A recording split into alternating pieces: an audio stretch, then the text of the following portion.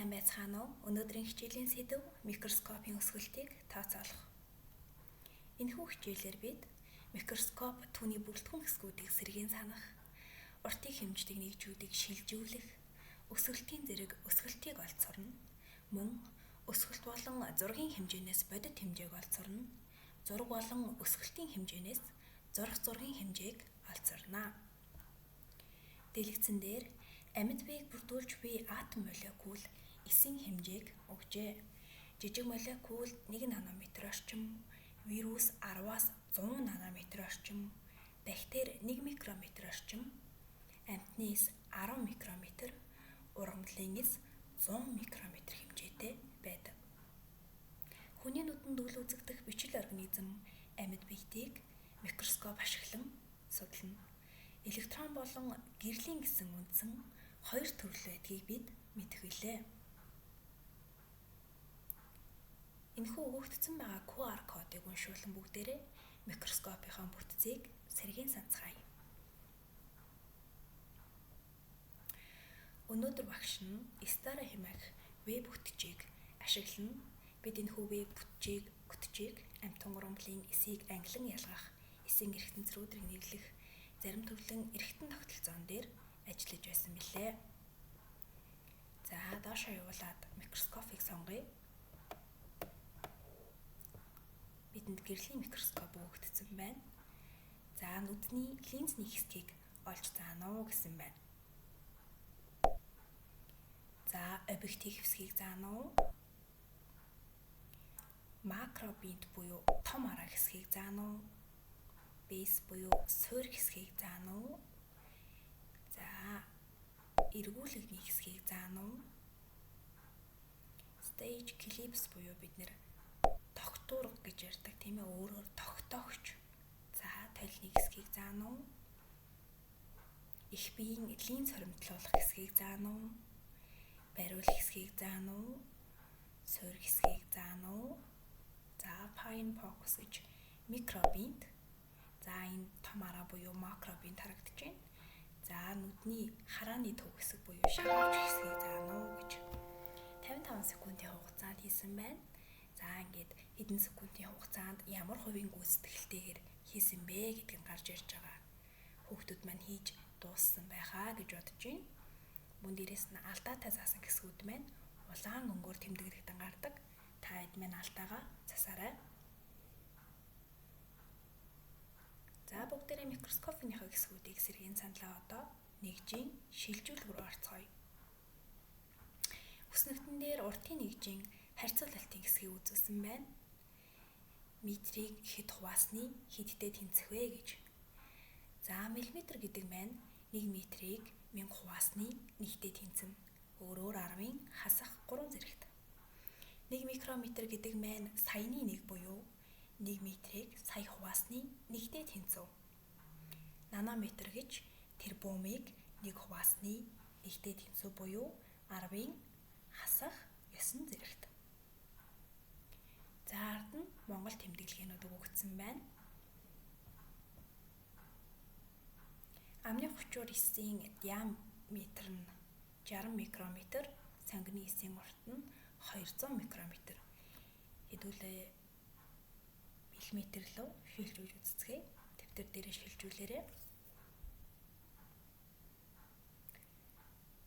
60 микрометр гэдэг маань өөрөөр 0.000-ны 6 мм.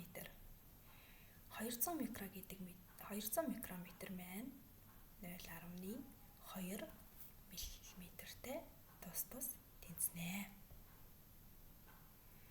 Өсгөлтийн зэрэг буюу тухайн харж байгаа зүйлээ хэд дахин томруулж харсан бэ гэдгийг объективын өсгөлт болон окуляр линзний өсгөлтийн үр жүүрээр тодорхойлдог. Хэдийдэн дадлага ажиллая. Объективын өсгөлт тогтмол 4, окуляр буюу нүдний шахавч хэсгийн өсгөлт 10 байсан бол бид нэр тухайн харж буй ургамлын навчийг 40 дахин томруулж харжээ. Объективын өсгөлт 10, окулярын өсгөлт 10 байсан бол өсгөлтийн зэрэг 100 буюу ургамлын навчийг 100 дахин томруулж харсан байна. Объективын өсгөлт 40, окулярын өсгөлт 10 байсан бол бид нар тухайн ургамлын навчийг 400 дахин томруулад дотор байгаа ургамлын зарим эргэтэнцэр эсийн хан, хлоропласт, цитоплазмыг ажиглаж болох нэ. Ийхүү объективын өсгөлт болон окулярын өсгөлтийг үржүүлсний үр дүнд өсгөлтийн зэрэг маань тодорхойлогддог байх нэ. Одоо бүгдээрээ эсийн хэмжээтэй ашигладаг эсийн өсгөлтийг, зургийн хэмжээг, бодит хэмжээг тодорхойлдог томьёотой танилцъя. Өсгөлтийн гурвалжин гэж нэрлэгдэх энэ гурвалжин дэвтэр дээрээ тэмдэглэж аваарай. За, А үсгээр тухайн зүйлийн бодит хэмжээ буюу actual size, I үсгээр тухайн зургийн хэмжээ буюу image size, M үсгээр magnification буюу өсгөлтийг тэмдэглэнэ. Одоо бүгдээрээ гурвалжин руу анхаарлаа хандуулъя. Бид I-ыг олохдоо хэрхэн олох вэ? M-ийг A-гаар үржинэ. I буюу зургийн хэмжээг олохдоо өсгөлтийг бодит хэмжээнд үржиж өгдөг байх. Тэгвэл A-г хэрхэн олох вэ? I буюу зургийн хэмжээг M буюу өсгөлтөнд хувааж өгдөг байх. За тэгвэл M-ийг хэрхэн олох вэ? I буюу зургийн хэмжээг A буюу бодит хэмжээнд хуваадаг байх нэ. Бүгдээрээ гурвалжингаа тэмдэглэсэн байх гэж бодож байна. Мөн өсгөн тэмдэглэгээнүүдийн тайлбарыг давхар тэмдэглэж аваарай хүүхдүүд.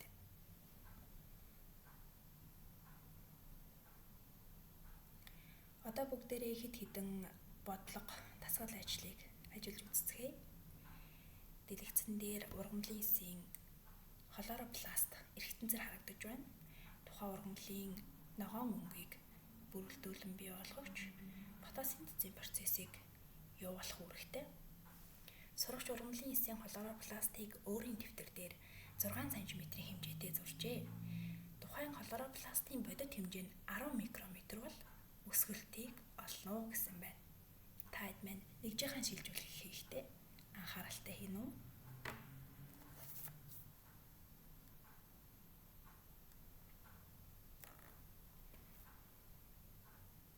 За, бодсон бодлогоо тулгацгаая. M буюу өсгөлтийг олохдоо зургийн хэмжээг бодит хэмжээнд хуваадаг байгаа. Зургийн хэмжээ 6 см буюу өөрөөр 1 см маань 10 мм-тай, 1 мм маань 1000 микрометртэй тэнцдэг. 60,000 микрометрийг 10 микрометрт хуваахад 6,000 буюу тухайн зургийг 6,000 дахин өсгөж харжээ. Дараагийн бодлого. Бактерийн хэсэг өгөгдсөн байна. Энэхүү өгөгдлийг анхааралтай ажиглан бодит хэмжээг тооцно. Та хэд маань сая ажигласан бол энэ доор 90,000 дахин буюу өсгөлтийн хэмжээг үзүүлсэн байна. За, шугам тавиад харсан байгаа бактерийн хэмжээг 8 см гэж харж болохоор байна. Бодолтоо томьёогоо ашиглан хийгээрэй. Одоо бүгдээрээ бодсон бодолтоо тулгацгаая. А буюу бодит хэмжээг олохдоо зургийн хэмжээг өсгөлтөнд хувааж өгдөг. Зургийн хэмжээ 8 см буюу өөрөөр 80 мм-тай тэнцүү. 80 мм гэдэг маань 80,000 микрометртэй тэнцүү юм. 80,000 микрометрийг 90,000 дахин өсгсөн өсгөлтөнд хувааханд 0.8 микрометр буюу бактерийн маань бодит хэмжээ гарч иржээ. Одоо eDraMax аппликейшнийг бошин ашигласан байгаа. За, энэхүү аппликейшн дээр багш нь шаханы зургийг өгсөн байна. За, шаханы бодит хэмжээ маань өөрөө 100 микрометр орчим. За, энд тавьсан байгаа шугамны өсгөлтийн хэмжээг харан тухайн сурагч ер нь дэвтэр дээрээ шахаг хэд дахин зурсан бол мөн хэд дахин өсгсөн болохыг тооцоолж бодно. Үүний тулд бүгдээрээ энд харалтай байгаа шугамны хэмжигдэхүүнийг анхааралтай ажиглаарай. Хэмжигдэхүүнийг ажиллахад шахаг хүүхэд маань дэвтэр дээрээ 8 см-аар буулган зурсан байна.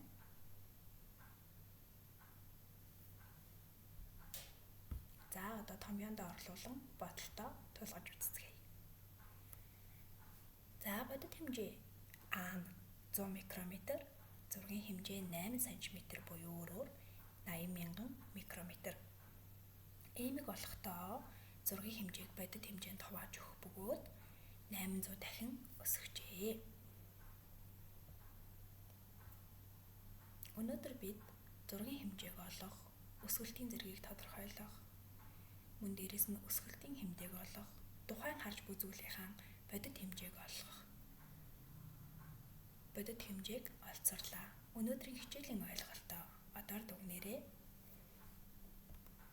Гэрийн даалгаварт бүгдээрээ багшийнхаа өгсөн QR кодыг уншуулан eDraw Max application руугаа нэвтрэн амтан болон ургамлын эсийн зургуудаас сонгож авна.